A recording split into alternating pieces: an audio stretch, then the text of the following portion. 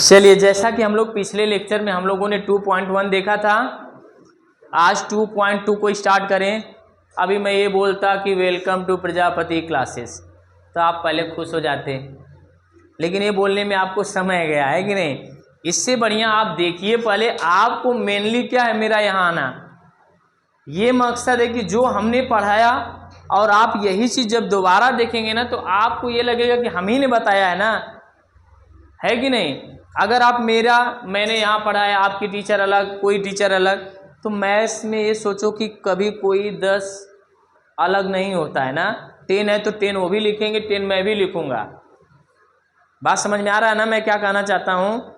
इसीलिए आप सटीक मेथड जानिए, लेक्चर टू लेक्चर अटेंड करिए, आपको 100% मैथ आने लगेगी। चलो ज़रा देखते हैं कोई भी, चलो सीधे एक्सरसाइज पे आते हैं। तो इस एक्सरसाइज में ना जो भी साइमल्टेनियस इक्वेशन दी होगी, जो भी क्वाड्रेटिक इक्वेशन दिया होगा, बोलेगा कि find the quadratic equation by factorisation method. Exam में याद रखना नाम कि solve by using factorisation method.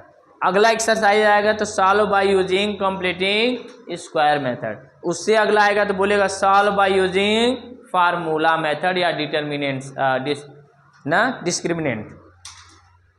फिर आगे जाए तो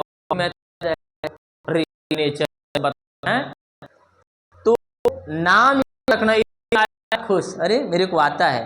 आप कोई भी मेथड ठोक के चले आए और वो क्या हो जाएगा, गलत। तो चलिए एक क्वेश्चन लेते हैं पहले, बहुत इंपॉर्टेंट है। एक क्वेश्चन अगर आपको आ गया तो आप सब समझ जाएंगे ना। यही है फर्स्ट क्वेश्चन। जैसा बोलूंगा आपने 9th में किया है, आप 9th में पढ़ा है, इसीलिए आप जरा ध्यान दीजिएगा इसको। क्वेश्चन दिख रहा है तो आप देखो पहले क्या ऊपर लिखा है कि solve by using factorisation method. तो सबसे पहले हम देखेंगे कि ये किस फॉर्म में लिखा है कि नहीं है, यानी इस फॉर्म में लिखा है कि नहीं है। अगर इस फॉर्म में लिखा है तभी हम क्वेश्चन को आगे करेंगे, नहीं तो नहीं। क्लियर है मेरी बात। तो आप देखिए इसी फॉर्म में लिखा हुआ है। यहां पे क्या लिखा है, कुछ नहीं तो जो एक्स स्क्वायर का कोफिशिएंट होता है और कांस्टेंट टर्म उसका हम क्या कर देते हैं, मल्टीप्लाई। क्या कर देते हैं, मल्टीप्लाई। यानी 1 का आप अगर 50 से मल्टीप्लाई करते हैं 54 में तो 54 होगा। 54 1 जा 54। अब इसका ऐसा फैक्टर करना है कि मल्टीप्लाई करने के बाद 54 ही आए और एडिशन या सब्ट्रैक्शन करने के बाद आए। मेरी बात ध्यान से सुनना। हमने क्या कहा, इस 54 का ऐसा फैक्टर करना है कि मल्टीप्लाई करने के बाद यही आए और एडिशन या सब्ट्रैक्शन करने के बाद -15 आए। तो -15 कब आएगा, जब दोनों माइनस होगा तब आएगा। ये लाइन क्लियर हुआ। हमने क्या बोला फैक्टराइजेशन में, जो भी यहाँ नंबर है उसका इस लास्ट वाले से मल्टीप्लाई करेंगे। अब 1 है 1, 2 है तो 2, 3 है तो 3। अभी पिछले बैच में एक बच्चे ने क्या किया था, हमने 1 बताया था तो सब में 1 से ही मल्टीप्लाई कर डाला। ये ध्यान देना कि ये एक्स स्क्वायर का कोफिशिएंट जो नंबर लिखा रहे, 2 है तो 2 से, 3 है तो 3 से, 4 है तो 4 से क्या करेंगे, मल्टीप्लाई करेंगे। क्या करेंगे, मल्टीप्लाई करेंगे। क्लियर है। तो ध्यान दीजिए, 9 6 जा 54 और 9 6 -15 हुआ।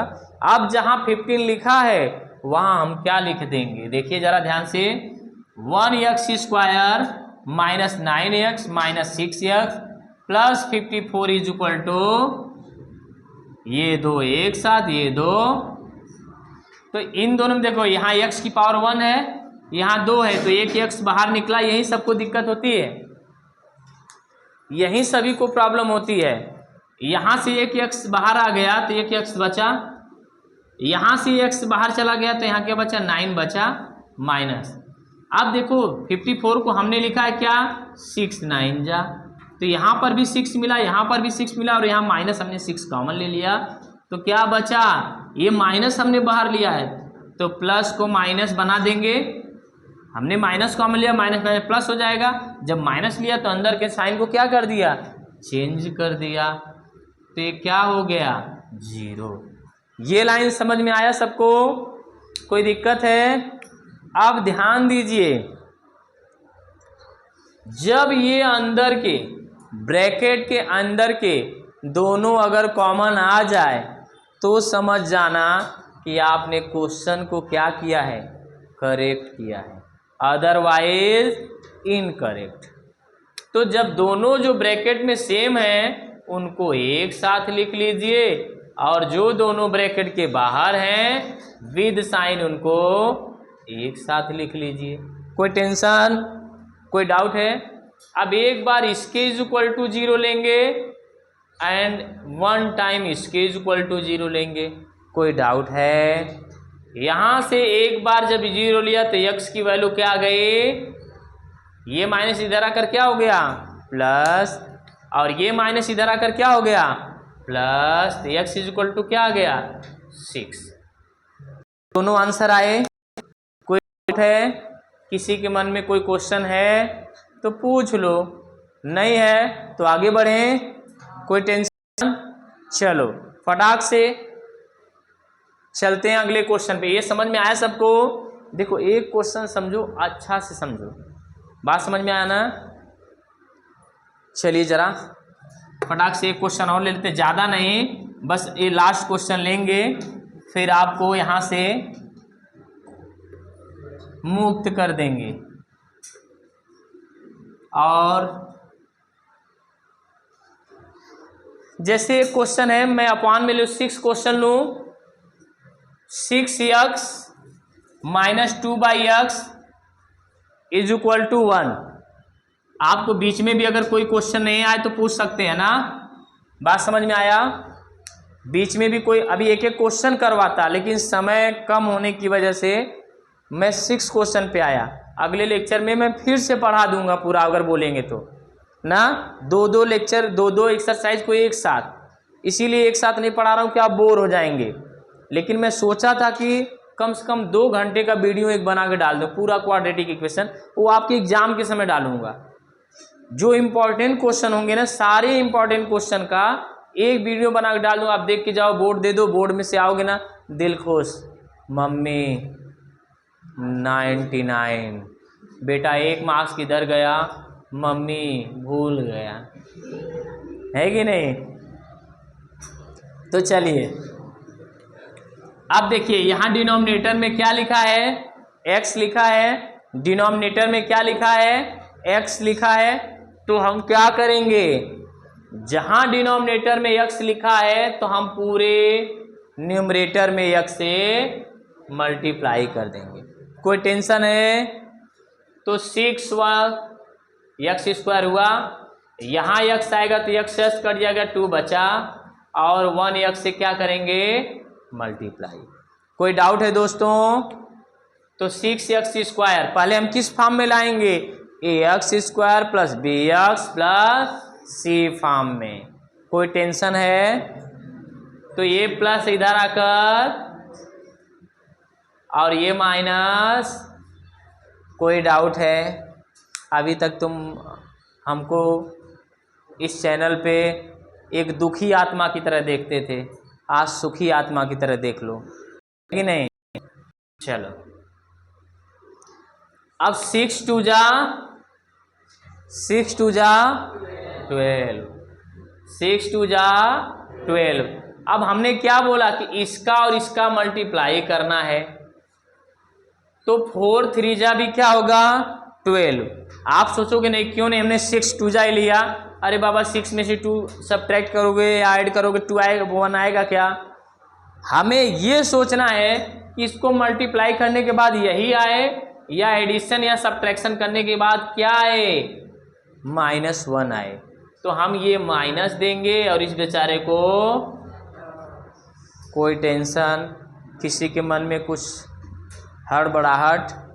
चलिए 6x² minus 4x plus 3x minus 2 is equal to 0। अब देखो 6x² को हम लोग क्या लिख सकते हैं, 3 2 जा लिख सकते हैं, 4 को क्या लिख सकते हैं, 2 2 जा। आप ऐसे छोटे छोटे टर्म में इसको तोड़ के चलो, तभी आप इसको जोड़ पाएंगे। तो यहाँ भी 2 मिला और यहाँ पर भी 2 मिला, दोनों को हमने क्या किया, यहाँ 2x, यहाँ 1x है, x भी बाहर, क्या बचा यहाँ से 3, क्या बचा 3, और यहाँ से 1x बचा और यहाँ क्या बच गया दोस्त, -2। कोई डाउट है, यहाँ से क्या कॉमन मिला, कुछ नहीं मिल रहा है तो +1 ले लीजिए। अब एक देखो ये दोनों सेम सेम आया, तो एक ब्रैकेट में 3x - 2 और एक ब्रैकेट में 2x + 1 इज इक्वल टू 0। तो एक बार इसके इक्वल टू 0 लीजिए तो क्या आएगा, 3x - 2 is equal to 0, minus इधर आके बन गया प्लस। तो ये मल्टीप्लाई में तो कहाँ चला गया, अपान में। कोई डाउट है दोस्तों, कोई डाउट है? अब इसको ले लेते हैं एक बार, 2x + 1 इज इक्वल टू 0, तो 2x इज इक्वल टू ये प्लस इधर आकर क्या हो जाएगा -1, x इज इक्वल टू क्या हो गया -1/2। जब अगला लेक्चर लेंगे ना तो फिर इसी भी एक्सरसाइज का लेंगे और मैक्सिमम क्वेश्चन हम लोग करेंगे, बस उसके साथ देखेंगे अगर होगा ना तो कंप्लीटिंग स्क्वायर भी कराएंगे। इस तरीके से हम लोगों का सेकेंड लेसन पूरा कवर हो जाएगा ना। फिर हम लोग चलेंगे अर्थमेटिक प्रोग्रेशन, जो सबसे ज़्यादा मार्क्स का आता है। फिर ये जब हो जाएगा ना तो मैथ्स 1, अभी मैथ्स 1 ही जा रहा है ना, ये मैथ्स 2 उठाने वाले हैं ना मंडे से, ठीक है। तो मैथ्स 2 उल्टा चलेंगे, पहले सेकेंड फिर फर्स्ट। चलो अब मिलेंगे लोग अगले लेक्चर।